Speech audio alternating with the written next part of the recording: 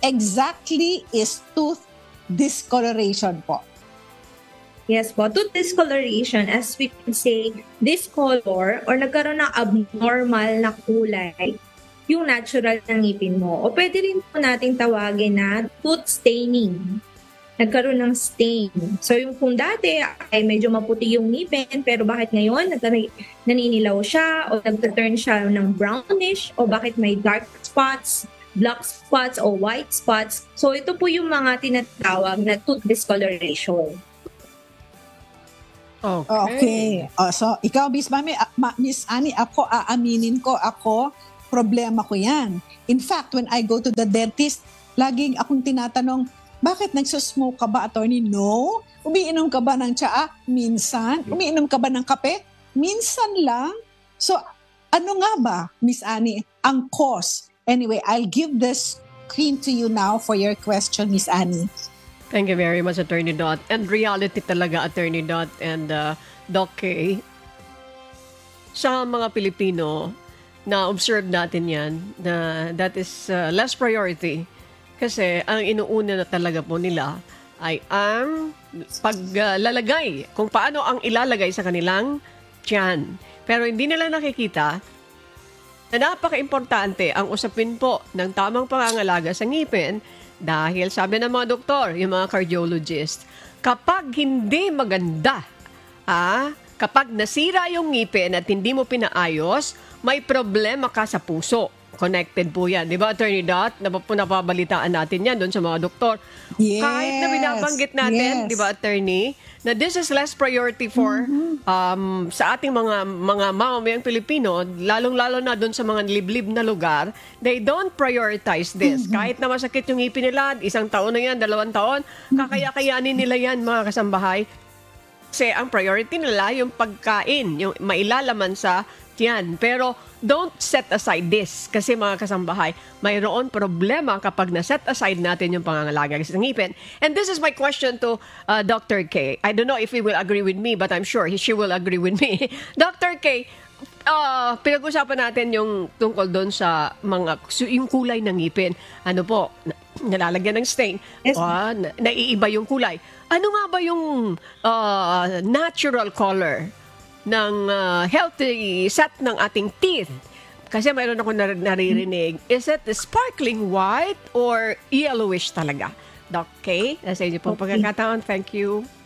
Okay po. Maganda pong tanong yan kasi marami nga mga nagtatanong na mas maputi yung ngipin ko so mas matibay ito. Yung akin, yung naman iba, yung madilaw ng ngipin daw ang mas matibay. Ang totoo po niyan, ang kulay ng ngipin natin, nagbabari po siya, kumbaga paiba-iba. Usually po, ang mga babae, sinasabi na mas whiter ng contrast, slightly whiter ang ngipin ng mga babae compared sa lalaki. Ang ngipin din po ng mga ibang lahi, like mga American, Caucasian, iba rin po ang kulay ng ngipin nila mas kesa po sa atin na mga Filipino. Yung mga dark skin colored po na ibang lahi, mas mapuputi po ang ngipin niya. So it doesn't necessarily mean na kung mas maputi o mas madilaw yung ngipin, we could say healthy na ang set of teeth niya. Madedetermine lang po at masasabi natin na healthy ang set of teeth ng isang tao kung meron po itong proper dental care. Wow! Okay. So, yes, Miss Annie. Kung may proper na dental care. Yan. Walang relasyon sa kulay. Walang relasyon. Opo. Sige, Attorney Da. Okay, alam ko, mayroong mga follow-up question na. Thank you po. Ay, naku ito na nga ang gustong-gusto kong tanong na minention ko na rin kanina. Dr. K, ano po ba talaga ang mga causes ng tooth discoloration para maiwasan naman namin? Go ahead po. Yes. Yan nga po, no? Napakadami pong causes ng tooth discoloration. Meron po tayo, pwede natin siya i-grupo sa 2 bagay. Una, external factor. Ibig sabihin, yung cause ng pagka-stain o discolored ng ngipin ay gawa ng mga kinakain natin o iniinom po natin. So, nagkakaroon ng discoloration. Ikalawa naman ay internal. Ibig sabihin, nanggagaling na mismo sa loob natin o sa loob ng ngipin yung cause ng discoloration. Una po nating i-discuss kung ano ba yung mga external factors, yung nanggagaling sa labas. Una po dyan ay yung mga, kung tayo ay madalas kumain ng mga pagkaing makulay, no? Maraming mga sauce, reddish, ganyan, cheesy. So, normally po, maninilaw ang ngipin. Lalo na pa kung hindi naman laging maayos ang ating pag-toothbrush, hindi tayo nagkakaroon ng regular dental cleaning, nagkakaroon po ng build-up ng mga tartar o plaque na ito po ay puno ng bakterya sa ating ngipin na dahil mga bakterya po ito, pwedeng nagkokosto ng paninilaw ng ngipin, nagba-brownish na po yung ngipin dahil sa build-up ng plaque o ng tartar. Kung ikaw din naman po ay mahilig uminom, lalo ng mga coffee lovers dyan o mga tea lovers, yan, nagkakos po yan ng medyo pagka-brown. Dark yellow to brown color ng ngipin. So, minsan kahit maayos ang toothbrush mo, pero ang ngipin po kasi natin, pwede natin siyang i-relate sa skin o ating balat. Ang ating pong balat, may mga butas po yan, di ba? Tinatawag na pores. Ang ngipin po natin, meron din pong ganon. So, kung yung kain o iniinom natin ay mga makukulay, madalas ganun, tas less ang ating pagtutoothbrush, wala tayong regular dental cleaning, yung mga pores po ng ngipin natin, malalagyan, makaklagan po yan ng mga colored drinks and colored foods that would result in tooth discoloration. Yan po yung mga most common causes ng tooth discoloration. Na external ang factors po. No, yun po. Kung ang pag-uusapan naman po natin ay nagagaling inside. Opo. Kung inside naman po, no? Ito yung madalas na nakikita mong kulay ng ngipin mo, bakit dark brown or black na po siya? Possible po, ang tooth discoloration na to is caused by a dental cavity o sira ng ngipin na nanggaling sa loob mismo ng ngipin na kahit anong toothbrush, anong pagpapaputi mo ng ngipin, hindi po ito mawawala dahil nanggagaling na sa loob. Ang mismong ngipin, cavity na po ito. So may ibang form of treatment na ang kailangan gawin para maibalik sa dating itsura ang ngipin po. So isa pang cause na internal ay kung nagkaroon ng tinatawag na trauma, dental trauma. Kung isa pong tao ay nagkaroon ng aksidente at na tumama ang ngipin, no? Isa po, nagkakaroon ng result na kapag ang ngipin parang pinkish or reddish, ibig sabihin na apekto na ang nerve ng ngipin sa loob. At pag hindi po ito nasolusyonan, kalaunan, unti-unting mamamatay ang ngipin, that would result to blackish, gray to black color na. So, ibig sabihin po nito, kahit walang symptoms, hindi naman sumasakit, pero bakit nag-iba yung kulay ng ngipin ko, naging gray, naging blackish, yun pala, pag check up ng dentista, patay na po yung ngipin. So para mas mabuti po na malaman kung talaga yung cause, kung external ba ito o internal po ba ito, mas malaking bagay po at makakatulong kung ma-check up po ito ng dentista. Ayan. Okay. Doktora, before I give you to Miss Annie, no? Follow up lang dun sa question ko kasi baka mag-iba na yung topic. Doktora, you said na one of the causes is hindi regular yung pag-toothbrush mo or mali yung pag-toothbrush mo. And then pangalawa po ninyong sinabi is hindi nagkakaroon ng regular dental cleaning. So my first question is, how should one brush his or her teeth and how regular? Ano ang magandang klaseng pag-toothbrush? Toothpaste, gaano kadami? You know, these are not, akala natin maliit na bagay lang to. But it will help us a lot to take care of our teeth if we know how to brush our teeth. How many times and also how to do it. And then yung pangalawa, gaano kadalas po ba dapat pumunta sa isang dentista for dental cleaning?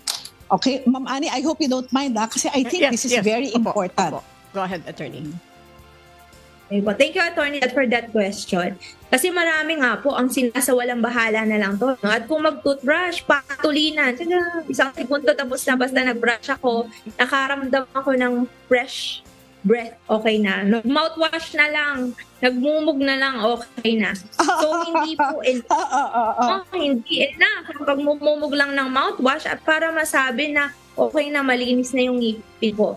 Ang tama po pagtututbrush, at least twice a day.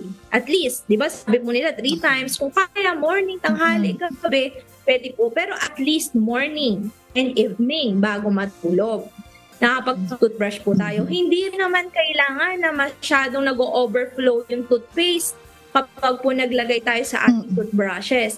At ang tamang pagtutoothbrush po ay wag madiin. Soft bristle of toothbrush lang ang kailangan gamitin. Wag hard bristle. Soft bristle of toothbrush. At wag pong diinan ng pagtutoothbrush. Up and down is the best position ng pagtutoothbrush or circular motion. Wag po natin kudkurin yung ating pong mga ngipin kasi kung masyadong maraming toothpaste, no? Tapos madiin pa ang pagtutoothbrush, pwede po itong mag-result ng pagpudpod ng first layer ng ating ngipin. At isa din po yun sa possible cause ng tooth discoloration. Why? Kapag napudpod ang first layer ng ngipin, which we call enamel, ang first layer po ng ngipin, ito po ay maputi at medyo translucent. Ibig sabihin, manipis lang siya na makikita mo yung second layer kagad. At ang second layer din, yun po yung madilaw. Kung yung first layer ng ngipin dahil sa madiin na pagtututbrush ay unti-unting mapudpod o numipis, magre-result po ito ng paninilaw ng ngipin dahil nakikita na yung second layer ng ngipin. Sana po na-gets natin yun. Dahil po ang second layer, automatic po yun madilaw. At yun po yung pinakamakapal na layer ng ating ngipin. So, pag po ganun ang nangyari, malinis naman ang ngipin, walang build up ng tartar. Hindi naman ako madalas kumakain ng colored food, colored drinks, may sa coffee or tea, pero bakit ang ngipin ko? Kasi madiin pala mag-toothbrush. Na-expose na ang second layer po ng ngipin. At kung tuwing kailan naman dapat bumimisita sa iyong dentista, ang ideal po dapat at least twice a year. So, every 6 months, ma-check up at ma-dental cleaning lang po. And that's the best at pinakamatipid po iyon na pag-aalaga para magkaroon tayo ng healthy set of teeth. Dahil prevention po siya eh. Kasi lilinisin lang yung ngipin, tatanggalin yung build up ng tartar na cause ng cavity, na cause ng mga pamamaga ng gums, na cause ng possible infection. So, mas maigi po na twice a year, yes, every 6 months, na-check up and dental cleaning po tayo. Ayan, perfect answer. Thank you po, Doktora. Ayan nako, isa-save ko yan at isa-share ko sa lahat ng mga kaibigan ko tsaka sa pamilya ko. Miss Annie, ikaw naman ngayon. Thank you very much, Attorney Dot. Okay, Doc K, ayan, maganda yung mga ni-raise na concerns ni Attorney Dot. Ano po? This time naman, gusto namin makibalita sa inyo kasi di ba, alam mo, Attorney Dot, nagkalat ngayon yung iba't ibang tooth whitening products. May nababalitaan din tayo na mga warning nila. Nako, marami mga fake dyan, mga tipong ganon.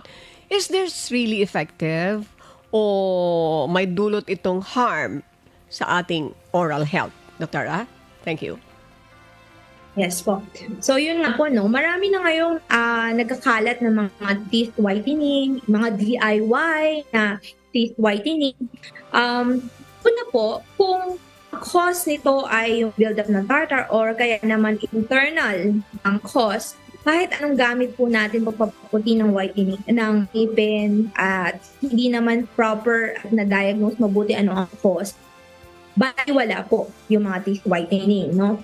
Hindi naman na-cleaning mabuti, na doon pa rin ang build-up ng tartar, magkukos lang po ng further problem ito sa ating mga ngipin.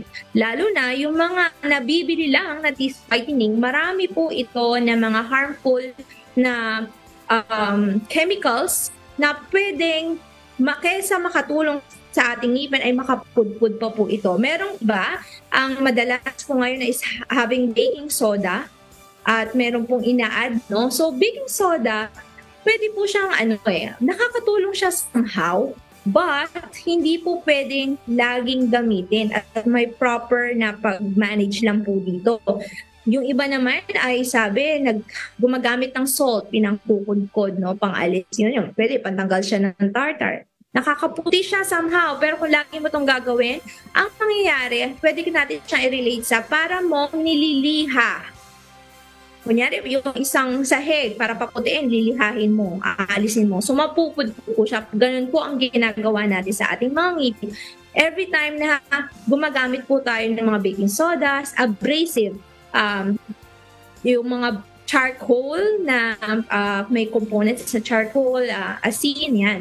Nakakapudpud po siya kung hindi po tama ang paggamit. At yung mga chemicals sa hydrogen peroxide, ito po ay nakakanipis ng first layer ng ating enamel. So kami po mga dentista ay may proper po kami na ino-offer na teeth whitening talaga. That's professional at tama lang po yung porsyento at alam namin kung paano ang tamang paglalagay para mapaputi ang ngipin. At ang paglabas mo ng clinic, puti talaga ang ngipin at wala pong damage na nakapupos.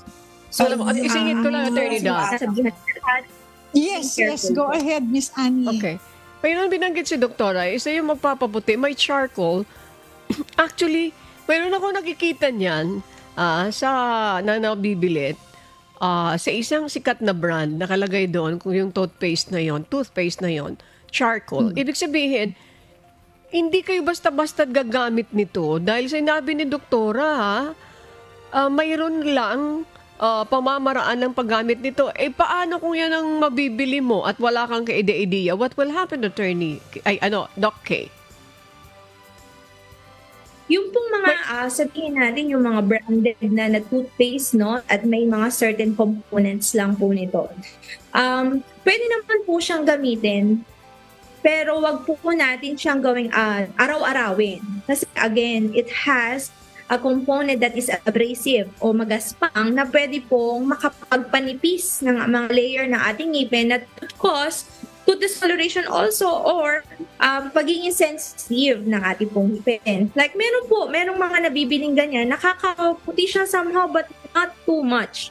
No, hindi po talaga ganong super duper effective kasi napaka-less lang naman po ng hormone niyan. More on lang po siya pang ang halina na para bumili. Kunyari, nakaka-whiten talaga. Pero not really that effective. May ibang product po na talaga na nakakaputi naman po siya. Pero we could say, hindi pwede na regular na yun yung gagamitin mo. It better pa rin po na kung kayo ay nag-check up na inyong dentista at banggitin mo na ito yung ginagamit mo, makikita po namin kung healthy pa yung ngipin. Okay. Kung pwede mo ito, sige, pa rin yan, once a week. Pwede po yun. Okay. Alam mo, Attorney Dot, napaka-importante na ating discussion this time dito sa usaping ito. Yes. But at this point, medyo kapos tayo sa oras. But, papauna na tayo na we will invite again Dr. K for another set of interview for another topic or continuation ng ating topic ngayong hapong ito. Attorney Dot, at this point, salamatan na natin. Miss Annie. Dr. K, napakahusay magpaliwanag. Bago ko siya pasalamatan, meron akong bagong natutunan ngayon sa kanya. Kasi di ba, Miss Annie, naririnig na natin yung mga sinasabi ng mga dentista natin Pero for the first time, I learned na kailangan soft yung bristles at saka wag masyadong parang matigas yung pag-toothbrush mo kasi nga pwedeng matanggal yung enamel. So, Doktora, thank you so much. Napakahusay mo, Doktora. I have to be honest with you. You are so good in explaining and I congratulate kung sino man po yung nag-imbita sa inyo. Thank you and we hope to have you back again. Yeah. Ayan. Thank you so much, Miss Dina. Napakahusay na guest. Walang iba po kundi si Dr. K. Chris Martinez Rota. She's of course a dentist of the Dental Arc and Martinez Dental Clinic. Congratulations po.